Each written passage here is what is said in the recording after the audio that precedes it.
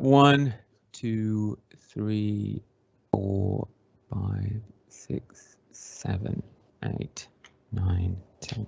Okay. We are live. Well, welcome everybody.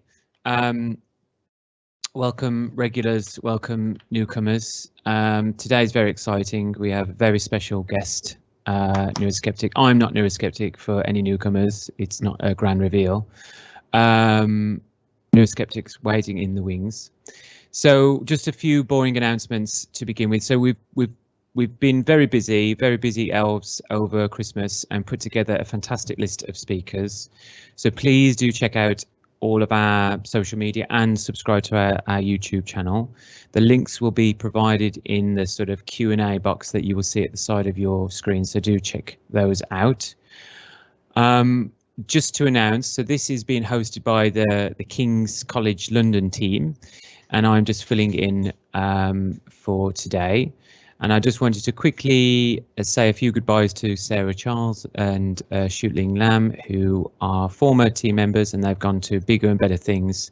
And I'm sure they will say that's all thanks to the RIOTS Club, tongue in cheek there. And to our newcomers, we have Catherine Bates, Isabel Riddler, and Barbara McGivelray, I think, McGivellery. Apologies for butchering that.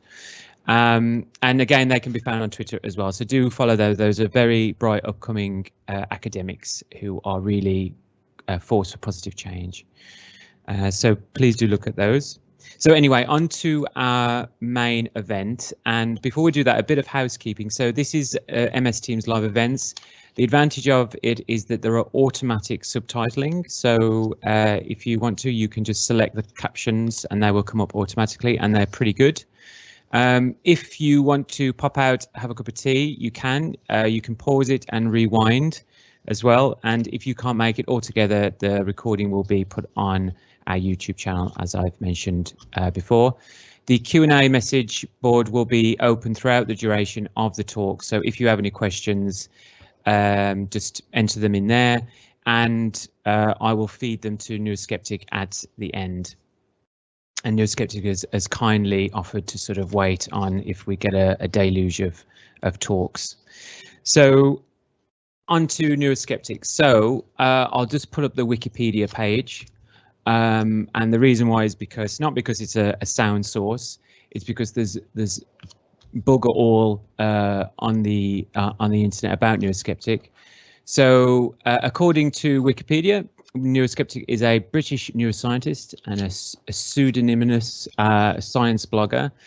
I know personally that I've followed him throughout the years he spent as a blogger for the Discover magazine, which unfortunately Neuroskeptic no longer writes for Discover, called Time in May 2021, and that was just out of a decision because Twitter and other forms of communication were probably more effective in the modern day. It's been 8 years, and of course he's contributed to very sort of critical oversight of fMRI research, and just an all-around great contributor to the discussion about critical reflection on science and research more broadly. So that's enough from me. You all came here to see Neuroskeptic. So Neuroskeptic, I'm going to hand the keys over to you. I'm going to mute my camera, and yeah, take it away. And thank you very much for accepting the invite. Well, first of all, thanks very much, Sam. Can you all hear me? Hear you perfectly. I'm going to assume you can, if nothing. Yeah, great.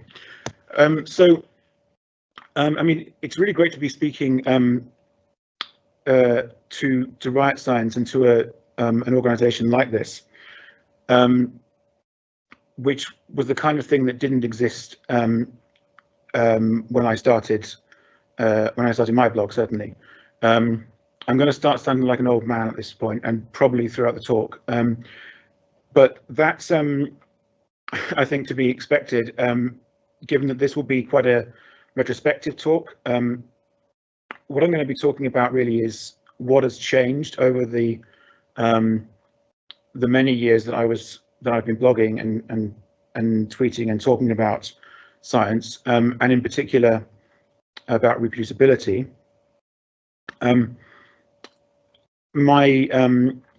As Sam mentioned, well, I'll go on to a little short history of my blogging. I started blogging in 2008 for a blogspot. I joined Twitter in 2011. In 2013, my blog moved to Discover, and that the move to Discover was very positive. At the time, it was a big increase in visibility. But in 2021, yeah, after 8 years there, I wasn't finding that blogging was really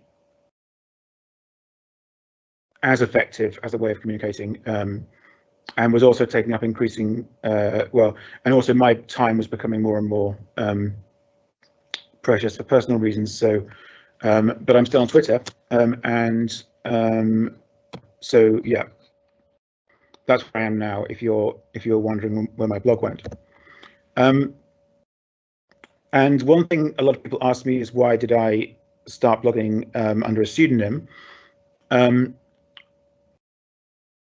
And this sort of comes back to how things have changed over the years. Back when I started, there were very few blogs about science, and at that time I was a PhD student, and I felt that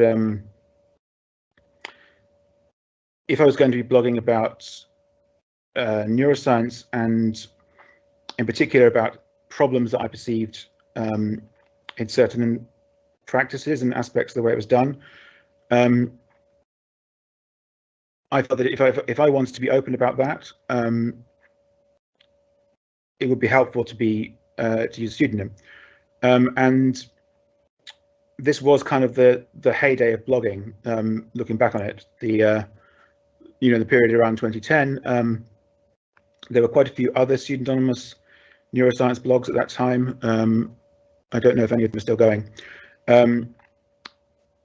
If I was starting today, would I still be a pseudonym? Probably not, but I think it's become an important part of my my identity.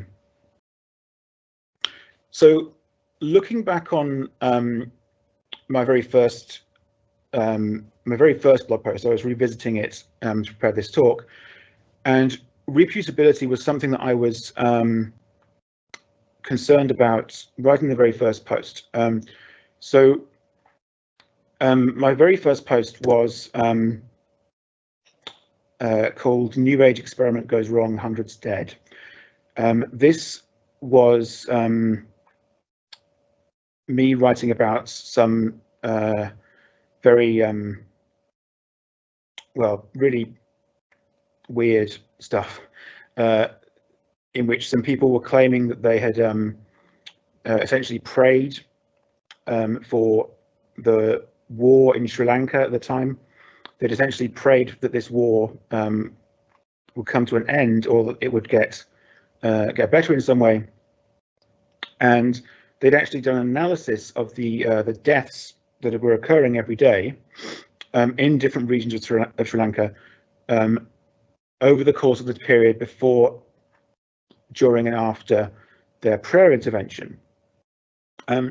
And I looked into this. I can't remember how I came across this this article, but I looked into it. I was struck by how similar this was to certain practices in science, because it was using a kind of superficially a scientific methodology. In that they were comparing data before, during, and after an intervention. The intervention wasn't exactly randomized, but it sort of was. I mean, they just picked a region of Sri Lanka at random, as far as I could tell, to pray about. And they found some significant results. And I thought to myself, well, how is this that different, to what I'm doing and what we're doing as scientists? Because when you read into what exactly they did, all of the classic kind of what we would now call questionable research practices were right there. So they had an initial hypothesis, which was that the prayer would reduce violence. But the actual data showed that the prayer region experienced an increase in deaths during the prayer period. But they had a sort of post hoc approach where they said, well, in the period after the prayer period, the deaths were below average. And that struck me as a classic, again, what we'd call today a questionable research practice, harking post hoc hypothesis that they came up with. They were now saying, well, the prayer had a delayed effect. It didn't have an immediate effect, but it had a delayed effect.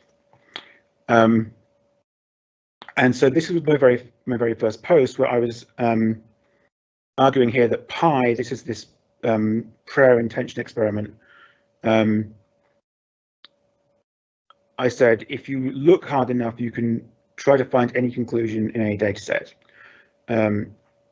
Even if the data seem to suggest one thing, that prayer increases violence, if you look hard enough and you're willing to make post hoc analyses, you can find the exact opposite. And I felt that that was a big problem. Obviously, this example is just a silly, spiritual group doing this. But I felt that the same thing was true of many research papers. Interestingly enough, so Lynn McTaggart, the leader of the group behind this peace intention experiment, is still going, and she's recently been trying to pray away COVID. I found this one quite recently, the fourth live experiment to try to limit the spread of COVID. She's also become anti-vaxxer. So yeah, I was sort of catching up on people from the old days of my blog, and not exactly pleased, but not too surprised to see that she's still around. So, I mean, the issues that I was concerned about in 2008, to cut a long story short, I and many other people were concerned about these, and we spent a lot of time talking about them, blogging about them. And these have become, I think, a well-known set of concepts like p-hacking, harking, problems with multiple comparisons, phishing, low power, publication bias, and so on. And this is the kind of the cycle. This diagram here is the cycle of kind of QRPs, questionable research practices, which Chris Chambers designed in 2014. And so at the start of this era, and I'm sort of arbitrarily saying this is the kind of the era from up to 2015. At the start of this era, these issues were known. I mean, it's not that I or anyone else kind of discovered these problems for the first time. They were certainly known for a long time before that. I mean, publication bias had been discussed and criticized for at least 30 years prior to that. But these issues were really not talked about and not recognized by the everyday scientist at the start of this era. They were known maybe to stats and methods specialists, but they really weren't discussed by the everyday scientist. And I think what changed over the course of this era is that they really did become part of the everyday scientist's vocabulary. So by 2015, I mean, you can't really say all or most, but by 2015, I think the majority of scientists will have been aware that there were dangers in doing things like coming up with new hypotheses after looking at the results, or trying lots of different analysis techniques until you got a p-value less than 0.05. So the awareness of these concerns definitely increased during this era. I've called this the bad era, which is a bit tongue-in-cheek, because clearly there were plenty of extremely good studies going on during this era, and there are plenty of bad and studies that don't replicate coming out afterwards as well. But I think it would be fair to say that this was the era where awareness was bad. And so if we try to look at what was the real worry, what was the concern that was driving me and driving everyone during this era,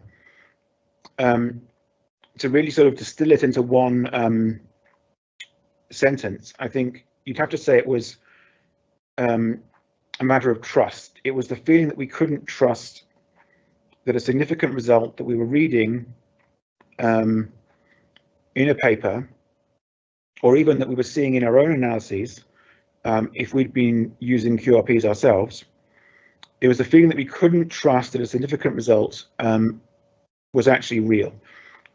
We couldn't trust that it would replicate, it might be a false positive. So that was really the essential problem. I mean, again, so personally for me, that was what was always at the back of my mind when I was thinking about these issues, was, wouldn't it be great if we could pick up a paper and, you know, be absolutely certain that this wasn't p-hacked, this was a really solid result that you could rely on just from a single paper, right? You wouldn't have to wait and see, will this replicate, you know, 1, 2, 3 years down the line? What if you could trust a single paper? And so that's what was really, that was the bee in my bonnet, if you like, that was driving a lot of the concern over questionable practices. But there was another side to it.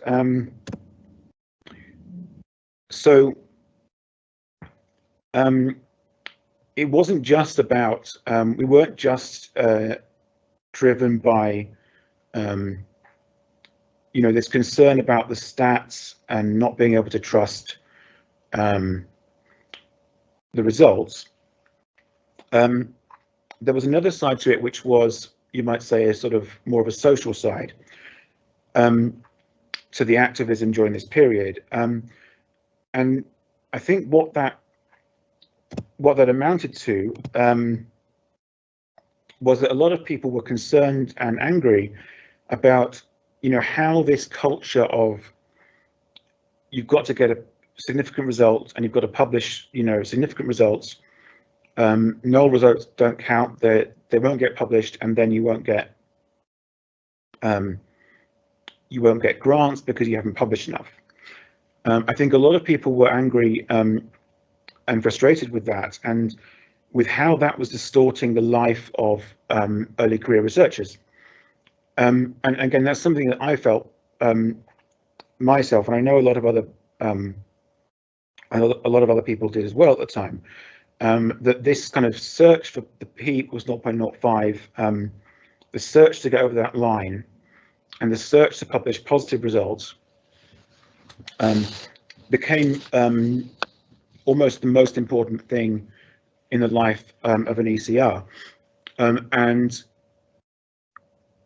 we felt, I think, that was not just damaging to science, but it was also unfair to these scientists who weren't necessarily able to fully deploy their abilities, because they always had to be chasing results, and it didn't matter if they didn't replicate. You just had to get this result, and you had to publish it. Now these matters came to a head in a famous incident in 2016, which was called the grad student who never said no. Many people may have heard of this. Then again, it was 6 years ago, so I'm not sure. This was a blog post from a researcher called Professor Brian Wansink, and he was Wansink was at the time an extremely famous and successful researcher in the psychology of eating and food, and he did a lot of experiments on what makes people choose and select foods, and what makes people choose the amount of food that they're going to eat. So this had lots of his work was very well popularized in the media, because his studies were about things like, you know, what makes people eat more, how can we prevent obesity, even and he was studying things like the size of plates that you ate, or the arrangement of food on a buffet, and he was trying to find out what was going on and what determined your amount of eating. So Wansink, as I say, was very, very successful, had a huge library of high impact papers. And then in 2016, he published a blog post which ended up really destroying his whole career. And in this post, he described how, so to cut a long story short, he described how he did an experiment with an all-you-can-eat Italian buffet, and they collected data from, I think it was a few hundred people, and they measured how much each person ate and so forth. And they did this study, and they analyzed the data, and they didn't find any support for their original hypothesis. And then in this blog post, Wansink described how there was a certain PhD student who was eager to analyze this data. So he gave her the data and basically said to her, you know, go through it and keep analyzing it until you find something. He actually says, I said, this costs us a lot of time and money to collect. There's got to be something here. And so in the post, he openly admits to all the kind of things that the reproducibility crisis was talking about. You know, harking, post hoc theorizing, p-hacking. He also this isn't in the selection of the post I've quoted here. He also described how there was a postdoc who refused to do this. And the conclusion of Wansink's post was, you have to be like the PhD student.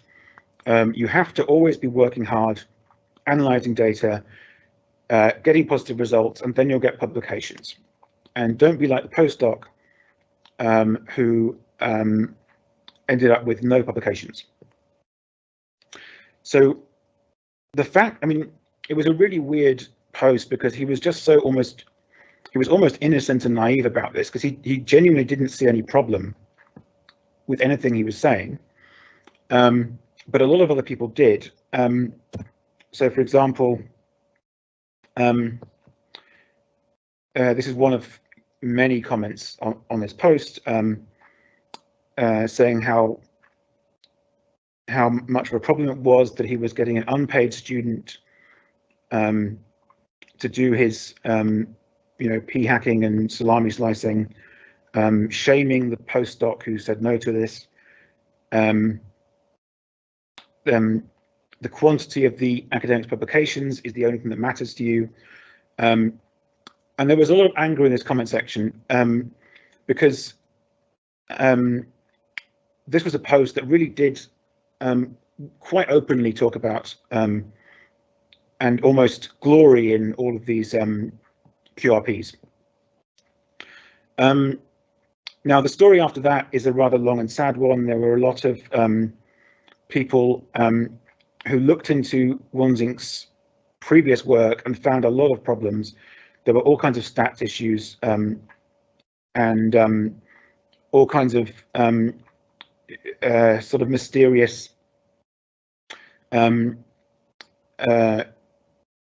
things like participants disappearing and then reappearing in other studies, and evidence of selective exclusion and stuff like that.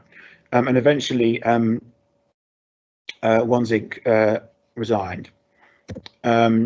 So his culinary science career unfortunately came to a bit of an end. And I think that was the moment really for a lot of people that it was clear that the tables had turned in terms of, you know, now it was it had reached the point in 2016 that you couldn't openly admit to doing those kind of things anymore, because I don't think that anyone would have really been that troubled by this if Wansink had written that 10 years earlier. But by 2016, the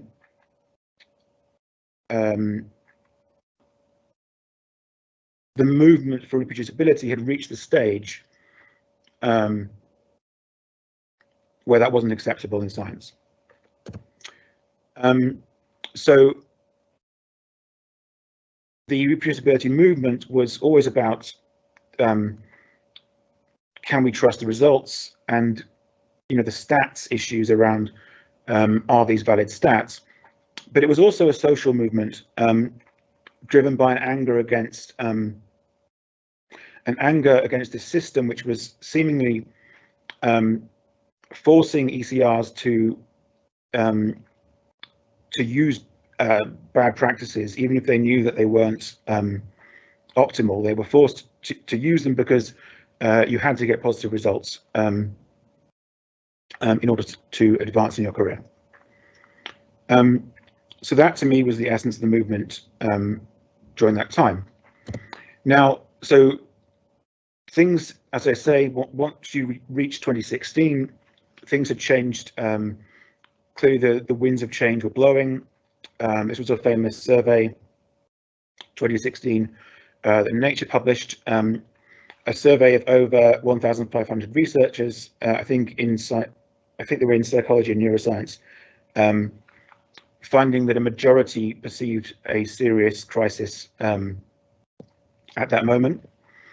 And I think we can say that was 2016 in particular was the year when a lot of things came together, and that's why I'm saying this was the start of the era of good reproducibility.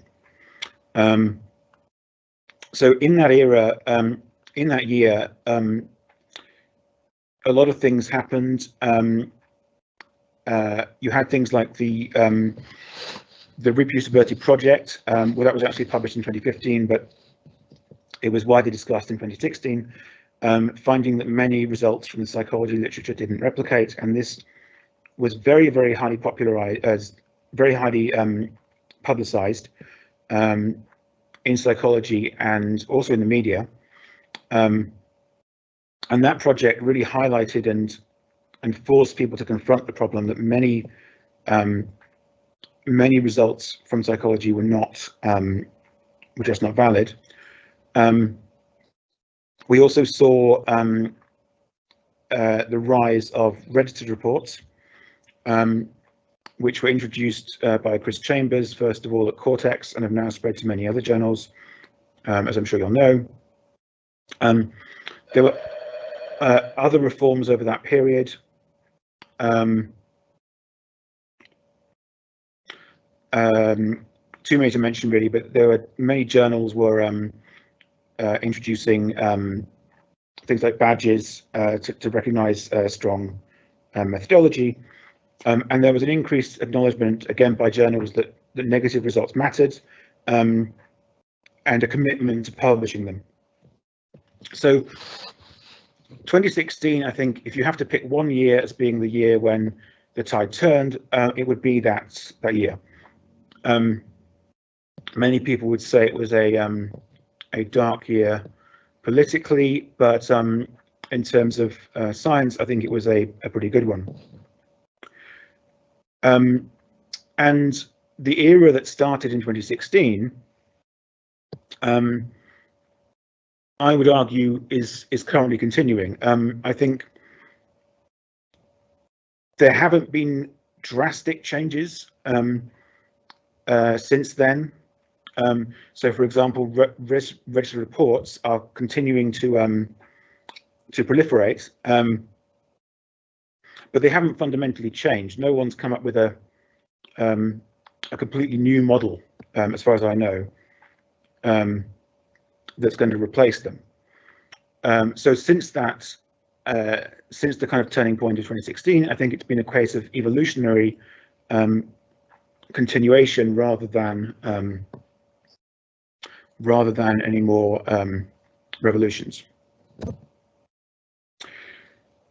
But having said that, there has been another change which I think a lot of people didn't really see coming. So standing in if we go back to 2016, and considering the state of neuroscience, considering the state of psychology, I think something happened after that which we really didn't foresee how important it was going to be, and that is big data. So it's really transformed so many areas of neuroscience, and increasingly psychology as well. Big data, which obviously is an overused term, but I think it's really a valid term to use when you're talking about things like the biobank dataset. So here we can see that the first publication of the biobank data, that was in 2016, and that was only 5,000 people with MRI data. Now you're looking at tens of thousands, hundreds of thousands of people just a few years later. So we're really looking at very, very big data here. And this is very rich data with not just MRI, but it's also got data on lifestyle, environment, genetics. It's a level of data that, as I say, really wasn't something we could even conceive of 10 years ago, or even really 5 years ago. So I would argue that this big change, this big data era, has actually had a huge impact on the reproducibility of science, and it's continuing to do so.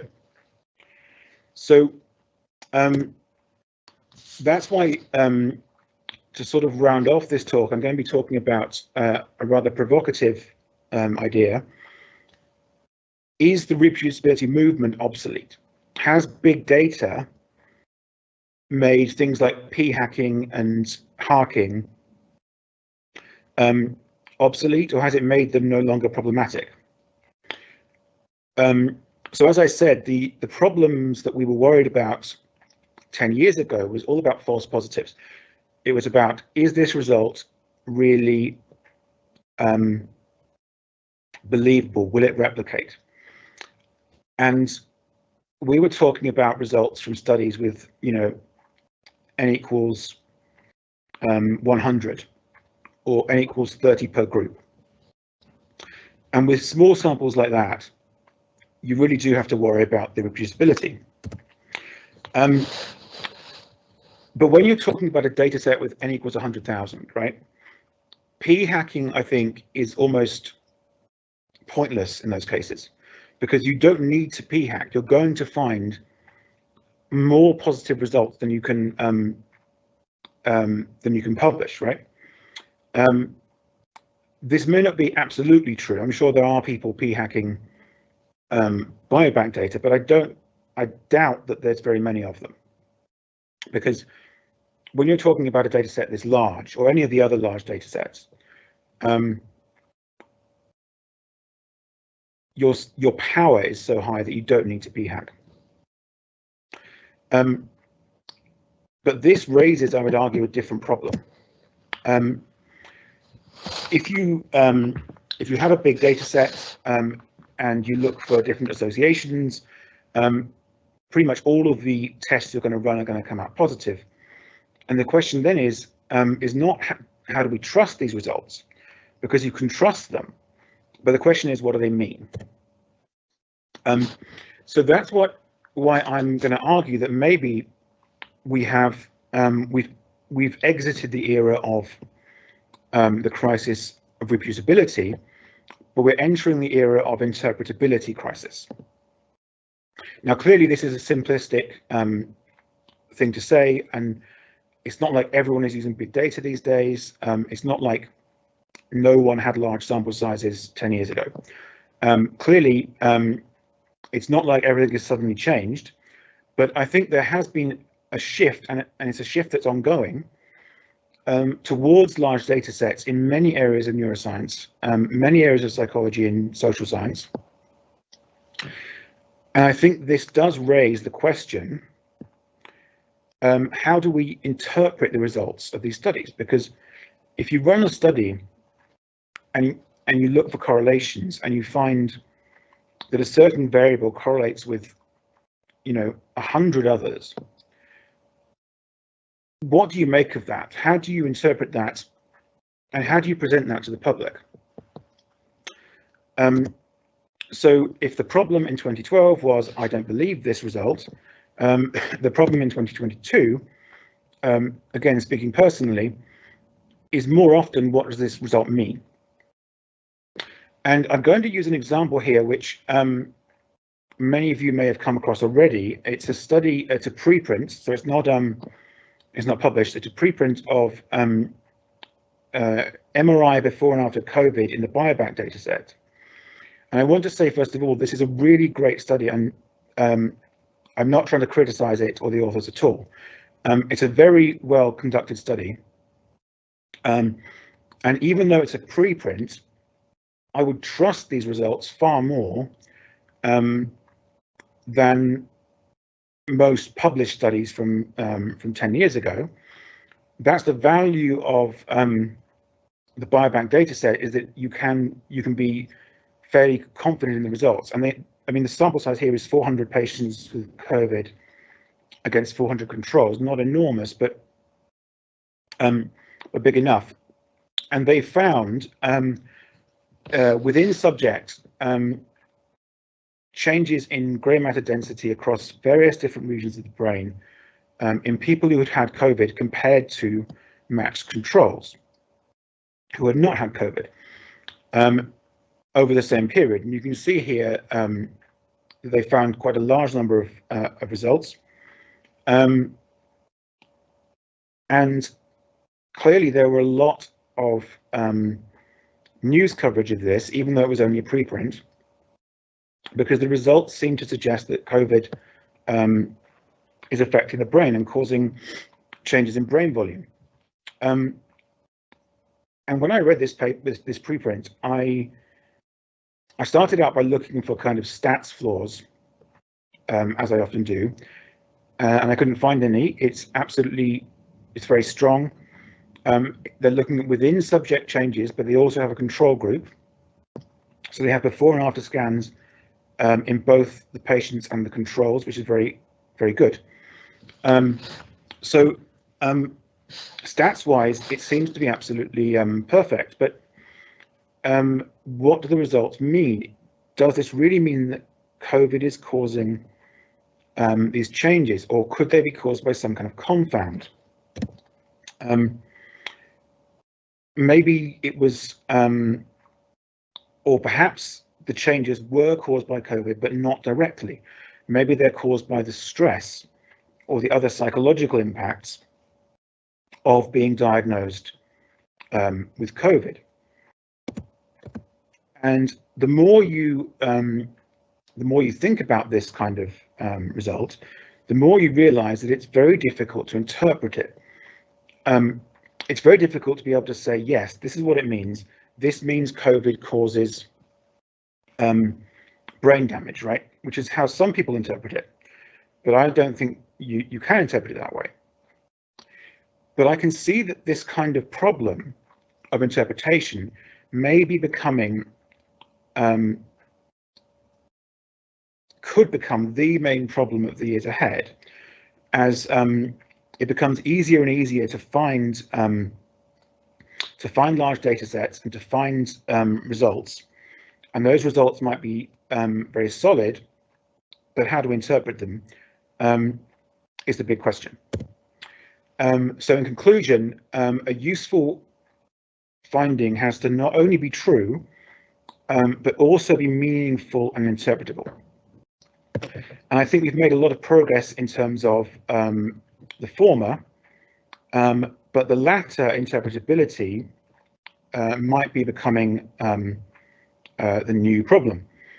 And to solve that problem, it won't be a matter of data analysis, it'll be a matter of study design. So it'll be a matter of collecting data which permits us to draw strong causal conclusions. So data that includes randomization, data that includes natural experiments, for example. I think getting really solid data that allows us to draw strong conclusions will be a key challenge for the future. But there's another thing that I don't want to forget to mention. That's the social aspect that I talked about earlier. And here I think I'm sort of asking the question rather than answering it, because I really have no idea. Has life got better for early career researchers thanks to reproducibility? I mean, has it changed the sense that you are just working for, positive results and pumping out papers full of positive results? Does PhD still stand for p-hacking diploma? A term that I coined in a particularly annoyed mood 10 years ago or so. Or have things improved? Have things actually got better?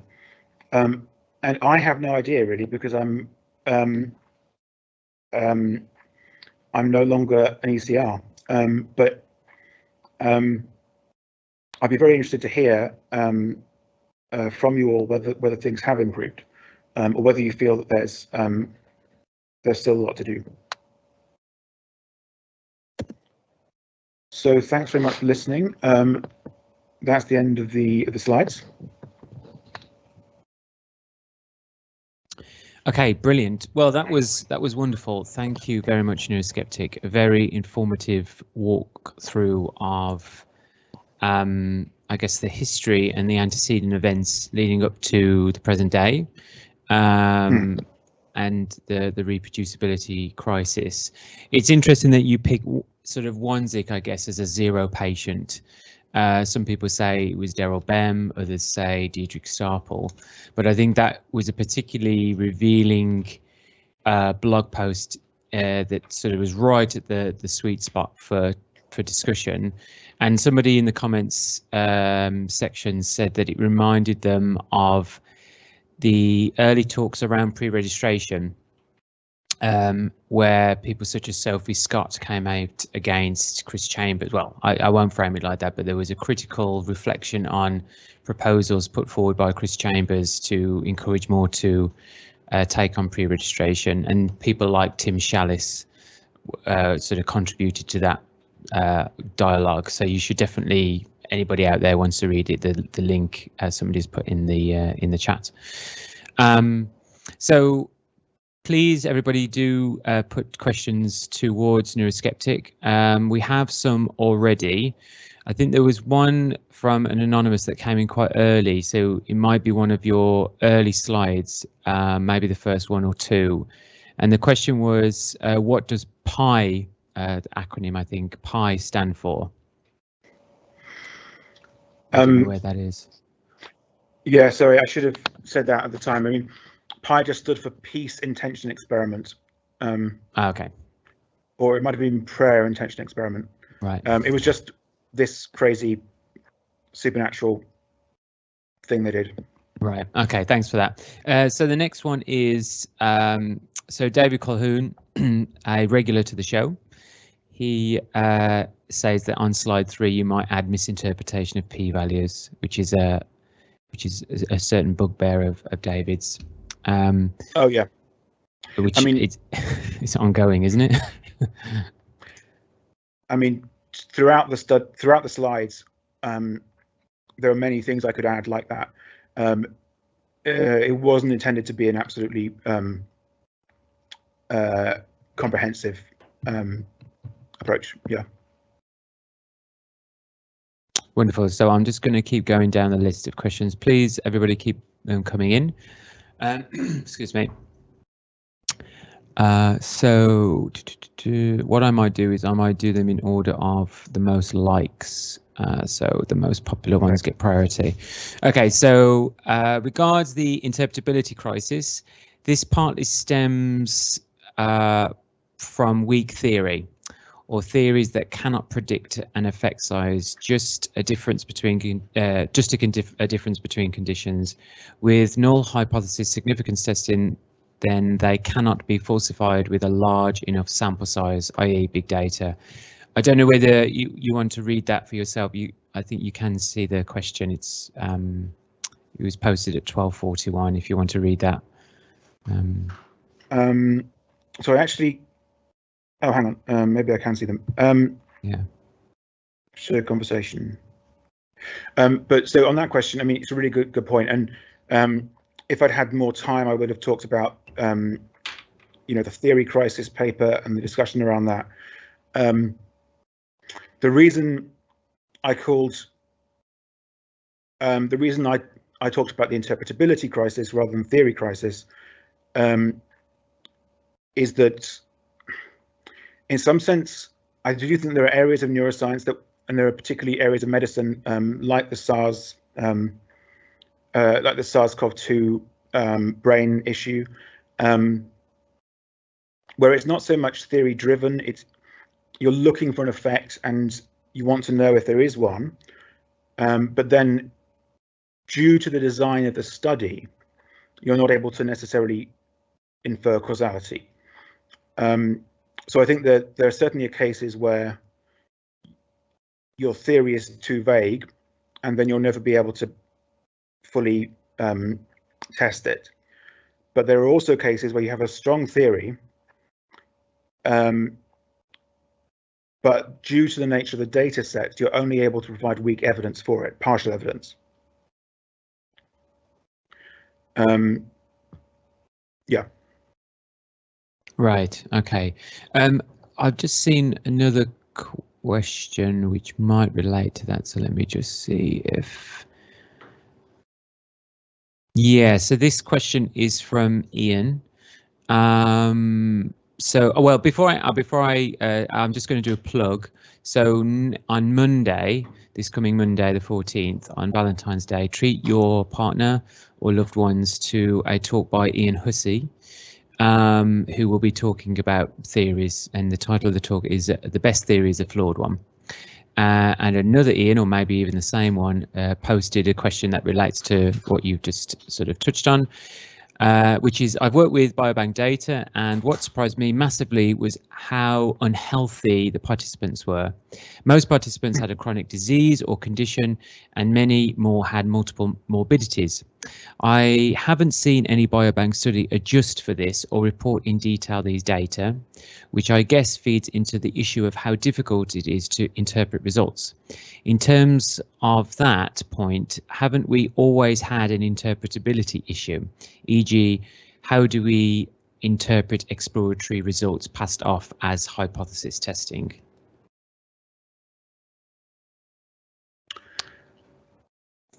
Well, those are two very good points. So in terms of the healthiness of biobank, yeah, I mean, I think that's part of the really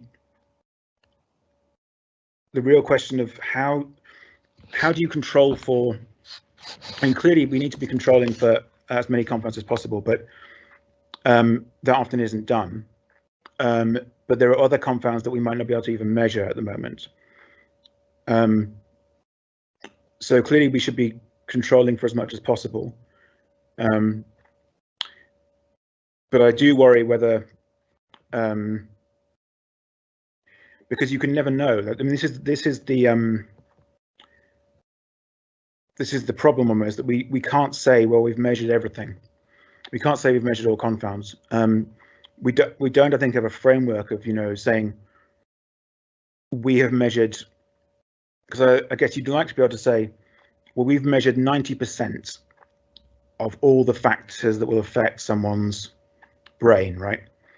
And we just can't do that at the moment. In terms of, interpretability has always been around, and it absolutely has always been a problem. It's not a new problem. So I'm proposing that maybe it is becoming more of a problem. We may have, I mean, this is an issue that's been talked about before, but it may be that we've plucked the low-hanging fruit in many areas, and that using big data we can now reach the higher fruit, i.e. the smaller effect sizes, but those are often harder to interpret. That's one way of looking at it, and one way of kind of wondering why it might be getting more of an issue over time. Wonderful. It's very difficult. It seems to be a popular topic of discussion in the Q&A. So a couple of things, hopefully they will have continuity with what you've said. So there was one comment by David Colquhoun again. So he says that I'd say that big data has resulted in more false positives. On the plus side, knowledge of things like the Jeffreys-Lindley phenomenon are gradually percolating through to users. Would you agree? I'm not familiar with the Jeffreys-Lindsay issue myself. But I mean, in general, I would hope that I think there is better understanding of, I mean, certainly, I mean, thinking back to neuroscience, there have been papers published on this, on, with a sufficiently large sample size, everything will be significant. So that has been talked about. Thinking of cognitive neuroscience. Yeah, and just on your point about the fact that we have like a lot of power now to find these small effects. There's interesting work by Daniel Larkins's group, and I'm fortunate to be a sort of co-author on a paper which was talking about effect sizes, and I think there's the growing attitude now is just to make sure that you place effect sizes in context rather than just relying on these kind of rule of thumb benchmarks. Small effect size of 0.2 or whatever, what does that actually look like in the real world? ADHD medication, very, very effective drug. The effect size that we see is, anywhere between 0.4 or 0.6, let's say, which, by psychology standards would be around, a moderate effect size, but it can lead to the change of somebody's life. So there's a real issue with, the effect size, but also placing it in context in a way that really reflects the world, and is representative. A couple of other things. So one final thing about the big data thing. So somebody made a comment just saying, on top of Colquhoun's point, I read somewhere the idea of tragedy of the commons when it comes to secondary data analysis. So repeated testing of similar hypotheses of the same data set could inflate the risk of false positives if uncorrected. I don't know whether you wanted to comment on that comment. Yeah, I mean, so in the talk, I sort of suggested that false positives are less of an issue in with big data, but they certainly are a problem. I mean, yeah, the issue that sharing data essentially means lots of people are doing multiple comparisons on it, and then not correcting for those multiple comparisons is a big one. Yeah.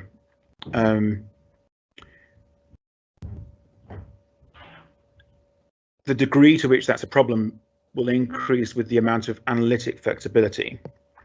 So that could be particularly a problem with MRI data. I would have thought, yeah. So let's just move on to another theme that's emerging in the Q&A, and this is about sort of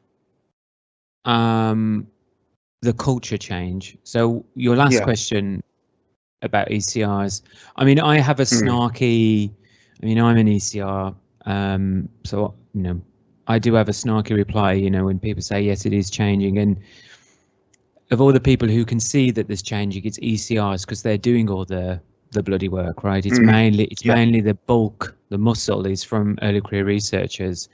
But I think it is kind of, it's bottom heavy. And I think, I don't know, I can't speak for the general attitude of ECRs, you know, globally, but I think there is a general concern about the uptake of senior academics, and whether this is just hesitancy because it's sort of, you know, challenging their current routines, or whether it's just that, you know, because of institutional inertia and things are always slow, the more higher up that sort of power hierarchy you get, you know, to change. Don't know whether that's a charitable interpretation. I mean, I'm happy for my co-KCL team to chip in if you want to, but because obviously they're ECRs and they could probably speak even more eloquently than I can. But I think that's the general temperature of other researchers, is that, you know, it is a grassroots effort, and there are pockets of positive change from senior levels, but there's an issue. And so you can, if you want to, you can comment on that. But before you do, there was a comment by Anonymous, which is in response to the link that was posted about the pre-registration talk, which probably asks a better question than I'm about to ask, which is, it was really interesting to look through the link sent above, which is a lot of psychologists being very skeptical about pre-reg. A question is, do you think culture has changed since then, and people who were previous skeptics are now believers? And do you think the extent to which people support pre-reg is now correlated with career stage, i.e. has there been a cultural change for ECRs, but it's too late for many of the older generation? So I know there was quite a nebulous comment question hybrid. So yeah, discuss. Yeah. So yeah, I mean, there's definitely been a change, because there was a sort of period around 2013, 2014, particularly, when there was a lot of debate about pre-registration, and a lot of people were saying they were skeptical, and yeah, there were different arguments. Some people just said, you know, it's going to be too much work, but there were other people saying, you know, I wouldn't advise my ECRs to do this because it will reduce their chances of getting high impact publications. So there were a lot of discussions around it. I think what ended those discussions was when Cortex started offering them, because at that point people stopped debating it, because at that point it had sort of become real. And I think a lot of the people who were skeptical just decided not to do it, but they stopped kind of criticizing it. So registered reports definitely have become more accepted, but obviously a lot of people just don't do them. I think rather than criticizing, yeah, people are just opting not to do them. But yeah, I think sort of confirmed what I mean. Famously, Diedrich Starpel said that, you know, it was the incentives that it was a key driver, and I think they are a powerful thing. It's just that I mean, what I can say is, you know, with UK Otterline Laser, the UKRI head, she's pretty much reimagined. Well, there are quite promising green shoots of change coming from a huge organisation. So those kind of issues of institutional barriers should be lowered. It's just whether the culture, whether the people are willing to climb over the much lower barriers now. And it's kind of the flavour of that is called by David Colquhoun again, which is, you know, very gradually things are getting better, but it depends on your supervisor. So we're now at 1. There are a couple of questions that are coming in. Neuroskeptic, you kindly sort of gave a few minutes of grace, so I'll just make sure that everybody goes away happy, if that's okay. So we have one here, which is a very technical question, I think. Do you also think it's harder nowadays selling EMG as EEG? There is much more awareness nowadays than a couple of years ago. Eyebrow control in brackets, no noise versus signal. Oh yeah. I can't really speak to that specifically. But I mean, I know the issue of there are more and more products being sold that claim to be EEG, like, on the market. I tweet about them quite often. Like, they claim like it's a headband that will record your brain activity and help you study better or whatever. And most of those are probably just picking up muscle activity. But I can't really speak about proper EEG research. I don't know how things are going over there.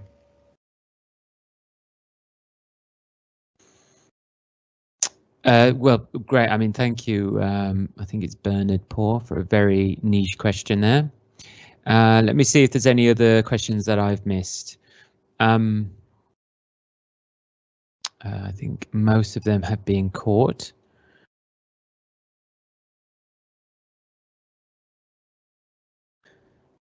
Yeah, I think everybody should have asked their questions have been answered. Okay. So I think we can therefore call time. So Neuroskeptic, people can find you on Twitter, is that correct? Yep. And is that's your main sort of output, right? There's no other blogs or anything that you want to share? Yeah, that's my main home at the moment. Yeah. Fantastic. Great. So people can find you at neuro_skeptic if they want to. And again, thanks everybody for coming. You can find all our content at www.riotscience.co.uk. If you want to join our mailing list, you can riotscienceclub@kcl.ac.uk. And the next talk is on the 14th by Ian Hussey, who will talk about theory building and stuff. So please join us then. And thanks everybody in attendance. The video will go up very soon on our YouTube channel. I'll close the thing. So Neuroskeptic, you can stay on behind and we can have a quick debrief. Okay. So bye everyone. Bye everyone.